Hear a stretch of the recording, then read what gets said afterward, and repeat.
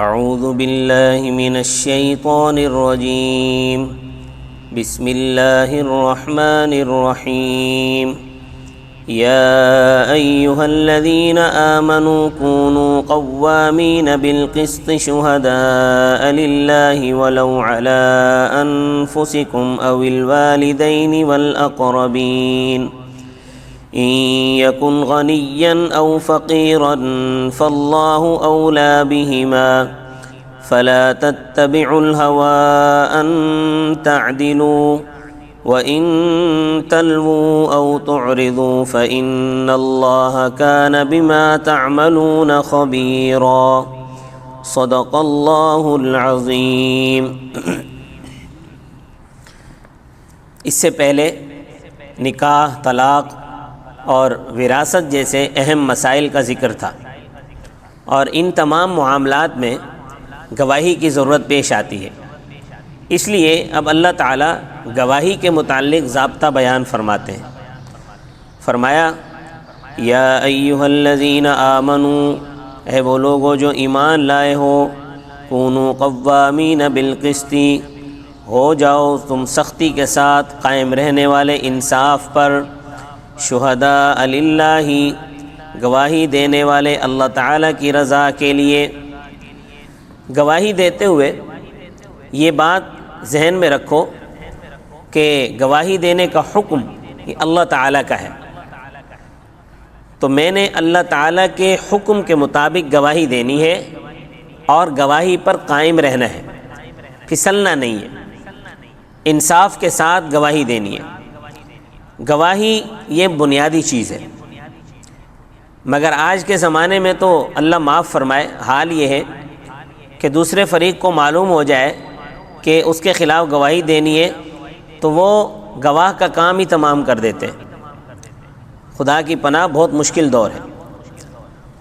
تو بہرحال مسئلہ یہ ہے کہ جس آدمی کی گواہی پر معاملہ موقوف ہے اس پر واجب ہے کہ وہ گواہی دے، اور اگر وہ گواہی نہیں دے گا تو گناہ گار ہوگا۔ مثلا جس وقت کوئی معاملہ ہوا، کوئی جرم ہوا یا کوئی بھی معاملہ ہوا، تو اس معاملہ کے وقت دو آدمی موجود تھے، اور ان دو آدمیوں میں آپس میں اختلاف ہو گیا اور یہ گواہی نہیں دیتے، تو کوئی ایک آدمی کا حق مرتا ہے۔ اگر یہ گواہی دیں گے تو اس کو حق مل جائے گا، گواہی نہیں دیں گے تو اس کا حق مرتا ہے، اور گواہی دینے سے اس کا حق مل جاتا ہے۔ تو اب اگر یہ گواہی نہیں دیں گے تو گناہ گار ہوں گے، اور اگر موقع پر دو کے علاوہ بہت سارے آدمی موجود تھے، دو نہیں تھے بلکہ بہت سارے آدمی موجود تھے، تو پھر ہر آدمی پر گواہی دینا واجب نہیں ہے۔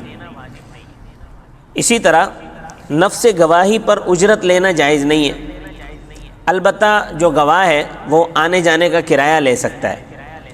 اگر گواہ غریب آدمی ہے اور مزدور ہے، دہاڑی والا ہے، یا کسی محکمے میں کچی ملازمت ہے کہ اگر وہ چھٹی کرے گا تو اس کی دہاڑی کٹ جائے گی، تو اس کو دہاڑی لینا بھی جائز ہے۔ لیکن اگر کسی کی چھٹی کرنے پر دہاڑی نہیں کاٹی جاتی، اس کو دہاڑی ملتی ہے، تو اس صورت میں اس کو دہاڑی لینا جائز نہیں ہے۔ اسی طرح گواہ کی خوراک اور سفری ضروریات بھی یہ گواہی کے لیے لے جانے والے کے ذمے ہوں گی۔ تو فرمایا گواہی پر انصاف کے ساتھ قائم رہو، وَلَوْ عَلَىٰ أَنفُسِكُمْ، اور اگرچہ وہ گواہی تمہارے نفسوں کے خلاف ہو، اپنے نفس کے خلاف گواہی ہو۔ اپنے نفس کے خلاف گواہی کا مطلب یہ ہے کہ اپنی غلطی کو تسلیم کر لے کہ ہاں مجھ سے یہ غلطی ہوئی ہے۔ اور میرے خیال کے مطابق اس زمانے میں تو شاذ و نادر ہی کوئی ایسا ہوگا کہ جو اپنی غلطی تسلیم کرے اور دوسرے کا حق مان لے۔ وہ خیر القرون کا زمانہ تھا کہ جب لوگ اپنی غلطی کو تسلیم کر لیتے تھے۔ حدیث پاک میں آتا ہے کہ ایک آدمی نے چوری کی، لوگوں نے اس کو پکڑ کر حضرت صلی اللہ علیہ وسلم کی خدمت میں پیش کر دیا۔ حضرت صلی اللہ علیہ وسلم نے فرمایا کہ میرے خیال میں تو اس نے چوری نہیں کی، کیونکہ وضاقتہ اور شکل و صورت کے اعتبار سے تو بڑا نیک آدمی معلوم ہوتا ہے، تو اس سے تو یہ گمان نہیں کیا جا سکتا کہ اس نے چوری کی ہو، تو لگتا نہیں ہے کہ یہ چور ہے۔ لیکن اس آدمی نے خود کہا کہ یا رسول اللہ ہاں مجھ سے یہ غلطی ہوئی ہے، میں نے چوری کی ہے۔ آج کا زمانہ ہوتا تو اس کو غنیمت سمجھا جاتا کہ بھئی جج ہی میری تائید کر رہا ہے تو مجھے کیا ضرورت ہے اپنی گواہی دینے کی، اپنے خلاف بات کرنے کی۔ اب جب انہوں نے کہا کہ ہاں یا رسول اللہ مجھ سے چوری ہوئی ہے، تو آپ صلی اللہ علیہ وسلم نے تحقیق فرمائی کہ کہیں یہ پاگل تو نہیں ہے، کیونکہ پاگل بھی کسی وقت دانائی کی بات کر جاتے ہیں، اگرچہ ان کا پاگل پن چھپا نہیں رہتا، کبھی نہ کبھی ظاہر ہو ہی جاتا ہے، لیکن دانائی کی بات بھی کر جاتے ہیں۔ لیکن جو پاگل ہوگا وہ ان دانائی کی باتوں کے دوران کوئی ایسی حرکت ضرور کرے گا یا کوئی ایسی بات ضرور کرے گا جس سے اس کا پاگل پن واضح ہو جائے گا، پتہ چل جائے گا کہ یہ پاگل ہے۔ ایک واقعہ ذہن میں آ رہا ہے، حضرت مولانا غلام محمد لدھیانوی رحمۃ اللہ علیہ یہ جہانیہ منڈی کے خطیب اور مدرس تھے۔ یہ 1930 کے قریب کا واقعہ ہے کہ ان کی برادری کا ایک آدمی پاگل ہو گیا، اس کو انہوں نے لاہور کے پاگل خانے میں داخل کر دیا۔ اس وقت چونکہ پاکستان تو بنا ہوا نہیں تھا، 1930 کا واقعہ ہے، تو ہندوستان کے اندر صرف 2 پاگل خانے تھے، ایک پاگل خانہ بریلی میں تھا اور ایک اچھرا لاہور میں تھا۔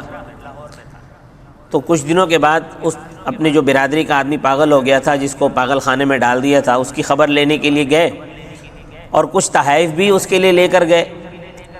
تو جب اپنے آدمی کے پاس پہنچے، ملے، بیٹھے، تو ایک اور آدمی بھی ان کے پاس آ کر بیٹھ گیا، اور ایک اور آدمی جو دوسرا اسی پاگل خانے کا تھا، پاگل خانے میں ہی تھا، پاگل تھا، اس نے آ کر علمی گفتگو شروع کر دی، کبھی منطق کی، کبھی فلسفے کی، کبھی ریاضی کی، کبھی تفسیر کی، کبھی حدیث کی باتیں کرتا۔ اب مولانا لدھیانوی بھی بڑے فاضل آدمی تھے، مولانا غلام محمد لدھیانوی یہ بڑے حیران ہوئے۔ کچھ دیر بعد اس نے وہ جو علمی گفتگو کر رہا تھا، اس نے کہا کہ میں ذرا ٹھہر کر آتا ہوں۔ تبھی تقاضے کے لیے گیا، پانی پینے کے لیے گیا یا کسی اور تقاضے کے لیے، تو مولانا نے وہاں لوگوں سے پوچھا کہ بھائی یہ آدمی کون ہے؟ تو لوگوں نے بتایا کہ یہ تو پاگل ہے۔ مولانا نے کہا یہ کس طرح پاگل ہے؟ اس نے تو میرے ساتھ علمی گفتگو کی ہے اور بڑی دیر تک علمی گفتگو کی ہے، اس میں تو کوئی پاگلوں والی بات ہی نہیں ہے۔ حیران ہو گئے کہ یہ کیسا پاگل ہے۔ تھوڑی دیر بعد وہ پھر آ گیا اور مختلف مسائل پر اس نے گفتگو شروع کر دی۔ وہ جو باتیں کرتا، مولانا تو حیران ہوتے کہ اس کو پاگل کہنے والے تو خود پاگل ہیں۔ مولانا نے ٹائم دیکھا تو فرمایا کہ اچھا میں جاتا ہوں، اگر تاخیر کی تو گاڑی سے رہ جاؤں گا، کیونکہ اس زمانے میں آمد و رفت کے وسائل بہت کم تھے اور گاڑیاں بڑی دیر سے ملتی تھیں، دیر سے نکلتی تھیں، دیر سے ملتی تھیں۔ ریل گاڑیاں بھی ہوتی تھی، جو رہ گیا تو رہ گیا، پھر اگلی گاڑی کا انتظار کرنا ہوتا تھا۔ تو اس لیے مولانا نے کہا کہ اچھا میں جاتا ہوں۔ اس نے کہا اچھا جا رہے ہو؟ مولانا نے کہا ہاں میں جا رہا ہوں۔ مولانا نے مسافے کے لیے ہاتھ بڑھایا تو اس نے تھوک دیا۔ تو اب دیکھیں کہ اس تھوکنے کی حرکت سے پتہ چلا کہ یہ پاگل ہے۔ مولانا نے کہا کہ واقعی یہ پاگل ہے۔ تو پاگل کی جو ہے نا، چھپا ہوا نہیں رہ سکتا پاگل، کوئی نہ کوئی بات اس کی ایسی سامنے آ جاتی ہے جس سے پتہ چل جاتا ہے کہ یہ پاگل ہے۔ تو خیر بات یہ چل رہی تھی، چور کے متعلق آپ صلی اللہ علیہ وسلم نے فرمایا کہ یہ پاگل تو نہیں ہے؟ کہنے لگے نہیں، حضرت سمجھدار ہے۔ آپ صلی اللہ علیہ وسلم فرمایا کہ اچھا دیکھو کچھ نشہ وغیرہ تو نہیں ہے اس کو؟ معلوم ہوا کہ نشہ بھی نہیں ہے۔ تو کیا ہوا پھر؟ آپ صلی اللہ علیہ وسلم فرمایا کہ اس کو لے جاؤ اور اس کا ہاتھ کاٹ دو۔ تو آج کے زمانے میں کون اقرار کرتا ہے یہ جانتے ہوئے کہ اس کا ہاتھ کاٹ دیا جائے گا؟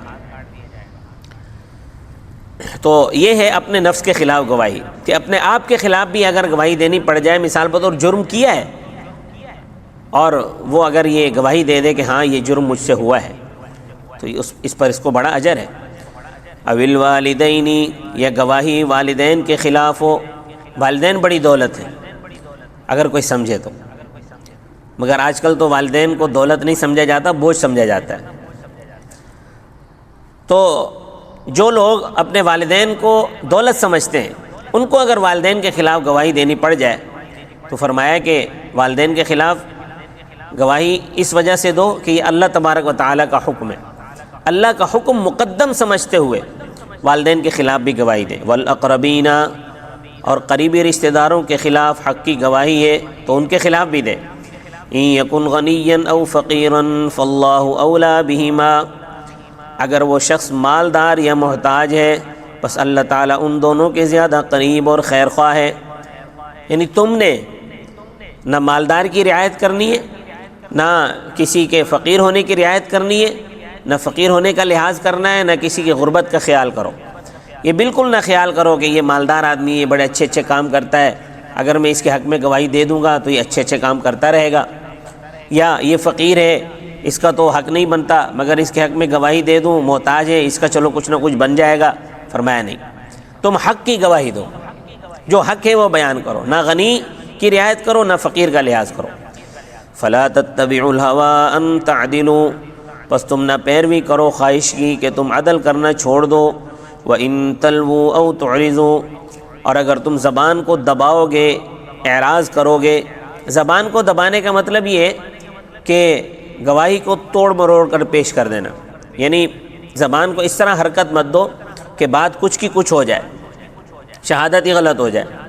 زبان کو دبانے کا مطلب بھی یہ بھی ہے کہ ملتے جلتے الفاظ ایسے ادا نہ کرو جس سے شہادت کے اندر، اس گواہی کے اندر کسی قسم کا شک و شبہ پیدا ہو جائے۔